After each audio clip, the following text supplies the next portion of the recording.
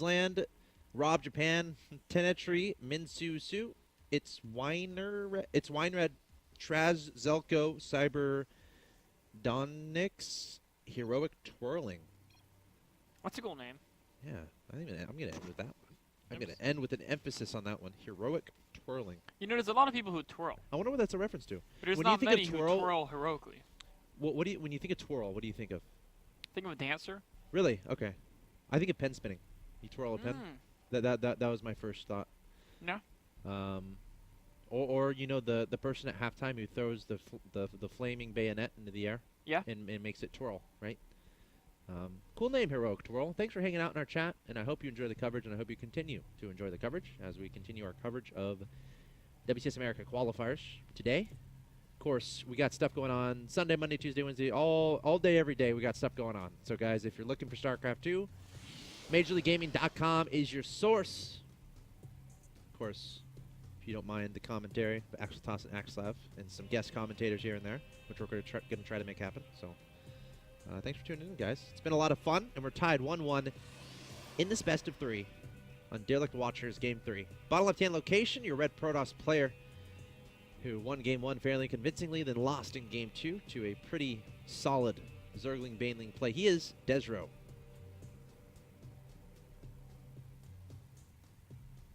His opponent in the top right-hand location. Your Blue Zerg player showing some fancy Baneling Zergling play in Game 2 to tie up this series. One more win, we'll get him to the next round. He is ZooCourage, hailing from China. You know, Zoo is a team with a lot of great Chinese players. Yep. Like, for example, Top. I don't know if he's still on Team Zoo, but I know at least he used to be. And there's several other players. I'm so bad with names these days. It's fine. That's one thing I'm really excited about this coming week when you get to do a lot of the Chinese scene is we'll learn a lot more about the Chinese players. I love learning about players. Because it's very hard for them to play in international events. You know, the latency from China is super bad.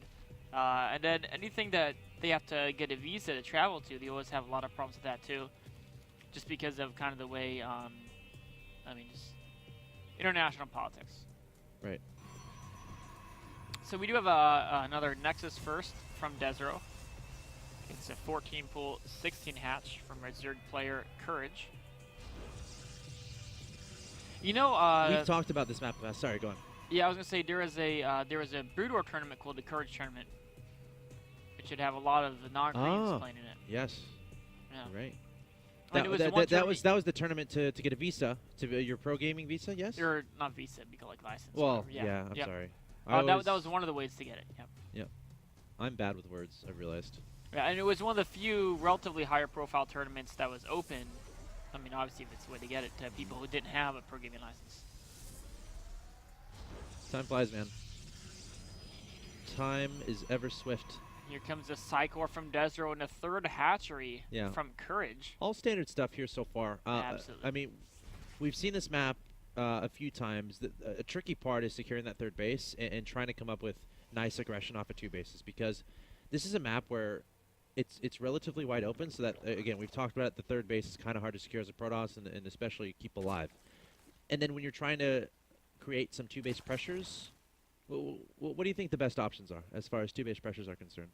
I really love Phoenix Zealot on this map because, like I said earlier, the Phoenixes can really control this zone, so you can cut off reinforcements from the Zerg main and natural to the third base pretty well. I mean, obviously, the Expedient's running by, you can't stop that, but any roaches, you can diminish your number. Any queens, you can take those out. So I really love the Phoenix Zealot on this map, but Desrow showed a great 2-base Blink Stalker build in Game 1 there. And we could see that build come out again. In fact, there's a Twilight Council already. This is a very fast Twilight Council. So this could be that 4-gate into DT type thing? Yeah, well, there's a third. Usually you off of 2 gas. And you'd be current boosting the Psychor, I would think. Because normally it's like a couple waves of Zealots and then DTs. And so I don't think he has a probe across the map. No, this is just straight 2-base Blink Stalker. Right, yep. Yeah, with the third gas and the Stalker being produced, no Chrono on the Warp Gate. No Forge upgrades, which is kind of interesting. I mean, I guess technically it is possible to be DT. It is DTs, wow. But it's going to be straight DTs, no 4-gate pressure beforehand. Oh, this is crazy. It's like DTs in a third Nexus. That's what threw me off DTs, is because excuse me, he wasn't getting any Zell pressure. And the reason why is because he just wanted to expand as fast as possible. This is pretty cool. So DTs could either do damage, or as long as they keep the Zerg on a defensive, that's good enough. They don't have to do damage because this third base is very fast. I mean, it's a 7-minute third with DTs. But it looks like Courage does not want this third base to get up. Yeah, I mean, this is a natural reaction. Typically, when you see your opponent going for that fast third, you got to make that decision. Do I go take a fourth, just drone up really crazy fast, start teching up really crazy fast, or do I come up with something to prevent that third from going up as easy as it is? Now, a potential issue is when the Zerg player immediately spots that third, they start making that reaction immediately happens, where it's like, okay, yes, I want to kill that, I don't want that to go up. And then sometimes they forget things. Desrow is kind of banking on that a little bit. Yeah, because he's going like, straight even if for the these Zerg DTs. makes so much of speedings, runs by here, kills the Nexus. I would completely wall off here, even. Yeah, or you can I just would leave one spot for or a Zealot there yep, or something. Zealot. It's kind of the same. I always miscontrol those Zealots. Or actually, those Zealots don't listen to me. Yep. They're very But not so the cooperative. Zerg is going to have to build Spore Cores. He hasn't even started his lair yet, so there's no detection. He's going for upgraded Zerglings. Here's the DT. Oh, he Did he knows. spot it? Did he? That's Does he the know? spores. He's not building spores. Oh no. You know, he's lucky in a way that Desrow only has a single gateway finish at the moment. I think Right. it's He doesn't have a Or he lair. has 3 now. He just started his lair.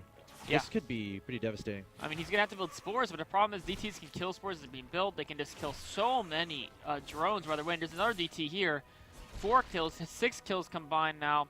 Even more. Oh, not migrated, going for the queen there. These drones are being evacuated. This queen's under fire. This spore core could be next. And the problem is even if these get up, he needs to. Okay, there's some Zerglings here. Okay, he got some Zerglings up here. Can he get this DT? Zerglings! Oh, if they're there a second early, they would have had it. He tried it. Oh, gets the spore, and the Lings are like, where'd he go? Lings came about a second too late, man. Where'd he go? Find him. Oh, and the third hatchery's in danger too. Wow, Desrow is fist pumping super hard right now. This is exactly what you But look want. at this, DT's getting 12 kills before he goes down there. Wow. This is exactly what Desrow wanted. And behind this, adding on gateways, adding on blink, adding on +2 weapons, adding on probes. He's on 3 bases. His decimating every single drone his opponent has. A DT still in the main, in the third base. And ZooCourage is trying to figure this out. Obviously caught completely off guard. This is so brutal. I mean, the third base is dead. The workers killed is up to 24 now. And that's, I mean, no more damage will be done. But his DTs most likely.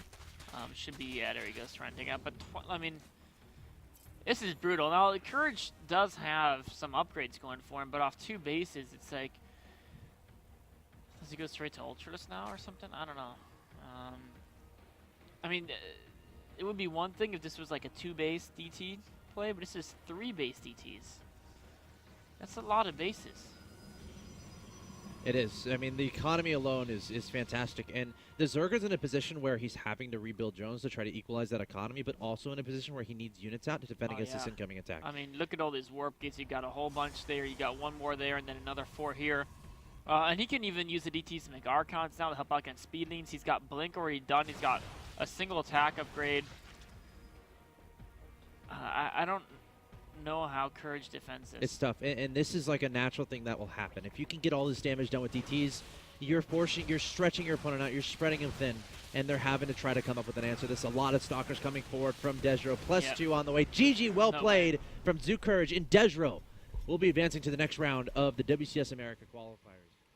There you have it, guys. Desrow, a great performance there against a Chinese ZooCourage. He actually is going to go up into the round of 8. And in the round of 8, I believe he goes up against Quantic Venus, a Korean player. And while we weren't able to cover that game, he does go ahead and win against Venus 2-0.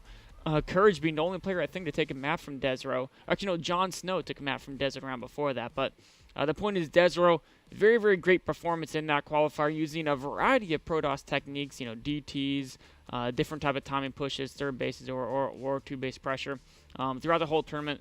A lot of variety of play, very solid fundamental skills. We're going to see him, of course, in the WCS America Season 3 Challenger League. But coming up next is going to be one of the best Korean players who played in the Challenger League qualifiers. That is Tassadar. And take a look at Tassadar versus SWS coming up next.